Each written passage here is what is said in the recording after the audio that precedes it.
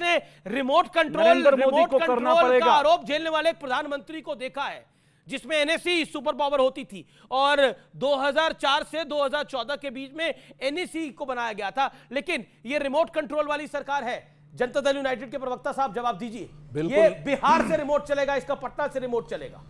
बिल्कुल ये remote control वाली सरकार नहीं है, ये बहुत प्रजातांत्रिक आपस में सहमति की सरकार है जो देश के लोकतंत्र के प्रति जिम्मेदार है और देश के लोकतांत्रिक प्रक्रियाओं को संसद में लागू करेगी उसके लिए जिम्मेदार है और देश को आगे बढ़ाएगी उसके लिए जिम्मेदार है। तो विपक्ष देश को गुमराह कर रहा है, जिस तरह चुनाव में गुमराह कर रहा था अभी भी गुमराह कर रहा है। अभी भी मेरा विपक्ष से आग्रह है कि सच्चाई बोलना सीख लीजिए, सच स्वीकार करिए कि आपके पास 234 सीट है और बहुमत की सरकार है जो पूरी तरह से लोकतांत्रिक है। हमने कभी कोई मांग नहीं रखी नरेंद्र मोदी जी की सरकार से।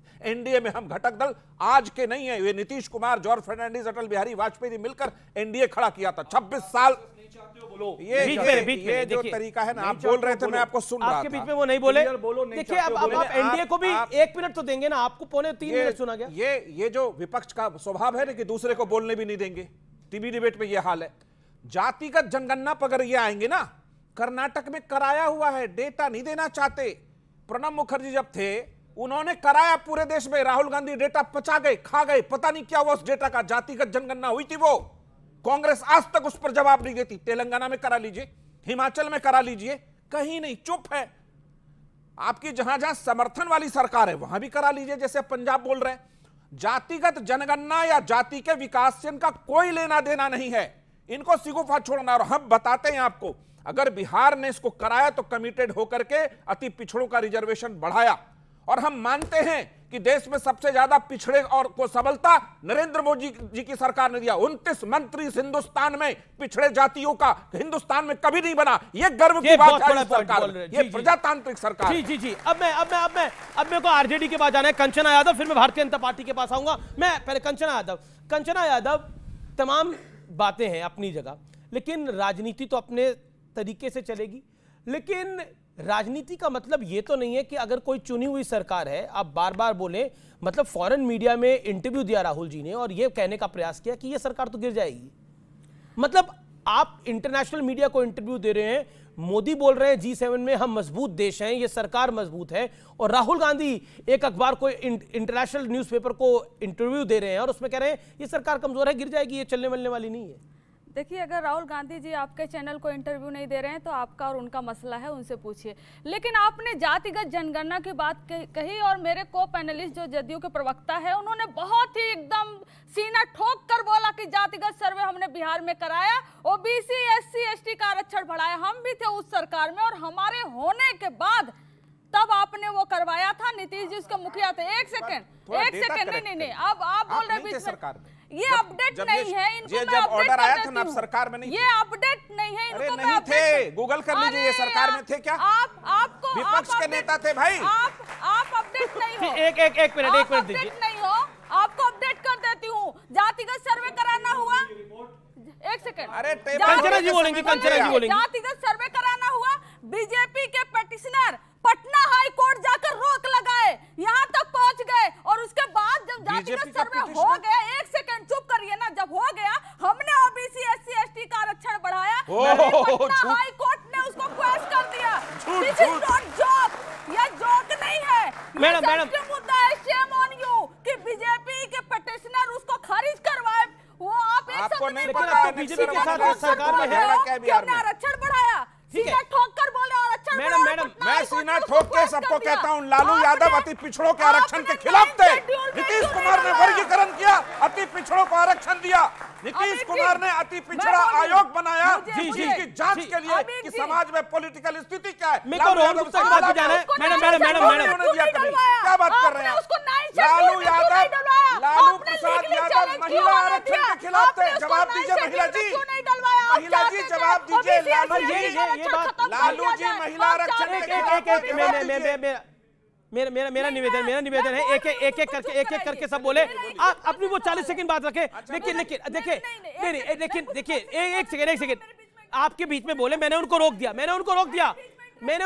मैडम, आप ही बोले। थैंक यू, फिर से that's a good gesture. Okay बोलिए मैडम, प्लीज आप बोलिए। आरक्षण बढ़ा, लगातार हमने मांग की केंद्र सरकार से कि उसको 9 शेड्यूल में डाला जाए ताकि उसको लीगली चैलेंज नहीं किया जा सके। क्यों नहीं डाली इनकी केंद्र की सत्ता, क्यों नहीं डाली? वो चाहते थे कि उसको क्वेश कर दिया जाए, वो चाहते थे ओबीसी एक सीधा सवाल है और इसका सीधा जवाब है। एक सीधा सवाल और इसका सीधा जवाब 30 सेकंड में, फिर मैं रोहन जी के पास चले जाता हूं। बड़ी सारी बातें हो गई लेकिन मेरे प्रश्न का उत्तर नहीं आया। मैंने बोला कि जब चुनी हुई सरकार है, 290 वाली सरकार है, 294 वाली सरकार है, तो उसके गिरने के सपने आप क्यों देख रहे हैं? आपके पास तो नंबर भी नहीं है। अगर मतलब मैं मानूं आप बिहार को भी तोड़ लें, मतलब आप आरजेडी को भी जेडीयू को भी तोड़ लें, टीडीपी को भी अपने पास ले जाएं, तब भी सरकार नहीं बना पाते आप लोग। देखिए, हमें किसी को तोड़ने और जोड़ने का कोई शौक नहीं। तो फिर काहे कह रहे थे राहुल जी? सुनिए, आप पूरी बात सुनना सीख लीजिए। लेकिन जिस तरह से आरएसएस इनको अहंकारी बोल रही है, जिस तरह से आरएसएस इनको सबक सिखा रही है, इनके ही पेरेंट ऑर्गेनाइजेशन हमें कहने की कुछ जरूरत नहीं है। अहंकार तो आजकल आप आरएसएस को सुन रहे हैं, भरे हुए हैं और इनको हर बात पर ये जो 100-150 हमारे सांसद निलंबित कर दिए थे ना, अब नहीं कर पाएंगे। देखिए, अब मैं रोहन जी के पास चलता हूं। रोहन जी, बड़े सारे सवाल हैं, बड़े सारे प्रश्न हैं और आपने बड़ा धैर्य दिखाया, इसके लिए भी आपका अभिनंदन है जी। लेकिन बात यह है कि बार बार अभी सुप्रिया श्रीनेश जी ने भी कहा कि पहले तो राहुल जी थे, अभी तो प्रियंका जी चुनाव लड़ रही हैं, जीत के आएंगी तो वो मेंबर होंगी। पहले तो राहुल जी थे, राहुल जी ने परेशान कर रखा था, प्रियंका जी भी आ रही हैं। अब ये मैडम भी कह रही हैं कि देखिए अब वो नहीं कर पाएंगे संसद में, तो पहले कर पाते थे। आपने पहले ऐसा किया क्या है? ये डरे हुए हैं सब लोग, ऐसा क्या कर रखा है आप लोगों? पहली बात तो जो मतलब मन में ऐसा इनके एक डाउट है कि अब आप वो नहीं कर पाएंगे, तो आप डरा के रखना चाहते थे। देखिए, परिणाम जो भी आता है अमीश भाई, देश का जो जनादेश है सबको उसको स्वीकार करना चाहिए और स्पोर्टिंगली स्वीकार करना चाहिए। चुनाव के पहले जब ये इंडी गठबंधन बना, उन्होंने दावे किए कि 295 हमारी सीटें आएंगी, वो नहीं आई, उसके ऊपर कोई सवाल नहीं उठा। और दूसरी एक चीज हमको समझनी पड़ेगी, 1989 से मैं यही कहना चाह रहा हूं कि कोई भी पार्टी, आज एक छात्र होशियार है, अगर वो 100% का अपना लक्ष्यांक जो सेट करता है और अगर 95 मार करे तो फेल हो गया, और 35% वाले 40% लाते हैं, बोल तालियां हो गई, मॉरल विक्ट्री हो गई। ये कहां का जनेदास है भैया? आपकी मॉरल विक्ट्री, आपको मुबारक। 1989 से 2014 तक अमीश भाई जितनी भी सरकारें बनी, उससे ज्यादा सीटें इस सरकार की आई है, फिर भी इनको लगता है कि इनकी मॉरल विक्ट्री है। तो मैं धन्यवाद देना चाहूंगा ऐसे विपक्ष को कि ऐसा विपक्ष हर सत्ता पार्टी को मिले कि जिसकी 50 से 99 सीट आने पर भी अपनी मॉरल विक्ट्री उसको दिखाई देती है। और यही ट्रैक रिकॉर्ड रहा तो आने वाले 30 साल तक इनकी सरकार नहीं बनेगी, क्योंकि हर 5 साल में 50-50 सीटें बढ़ेगी। ये खुश है। अगली बार 50 हो गई तो 150 पहुंच जाएगी कांग्रेस। भाई साहब, ऐसे नहीं होगी ना। आप उनकी कौन सी सरकार रिपीट हुई मुझे बताइए।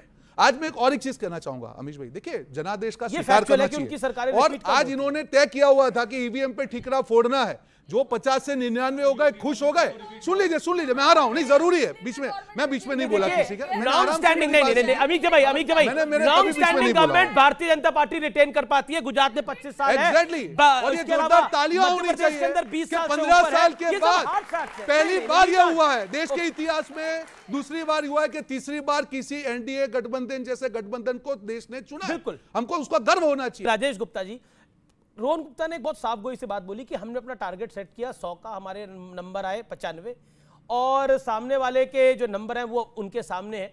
यानी अपने बाल खुद ही हजामत कर रही है विपक्ष और बोल रही है कि देखिए अमीश भाई, ये कह रहे हैं कि 100 नंबर की पढ़ाई करी, नंबर आए 80। ये भूल गए कि जो 100 नंबर की बच्चा पढ़ाई कर रहा था, पढ़ाई तो कभी कर ही नहीं रहा था। उसके पास में हेडमास्टर साथ में था ईडी नाम का, एक टीचर साथ में था सीबीआई नाम का, एक इलेक्टोरल बॉन्ड नाम का मॉनिटर साथ में बैठा हुआ था। पर्चे की नकल होने के बाद में भी 70 नंबर लेके आए हैं।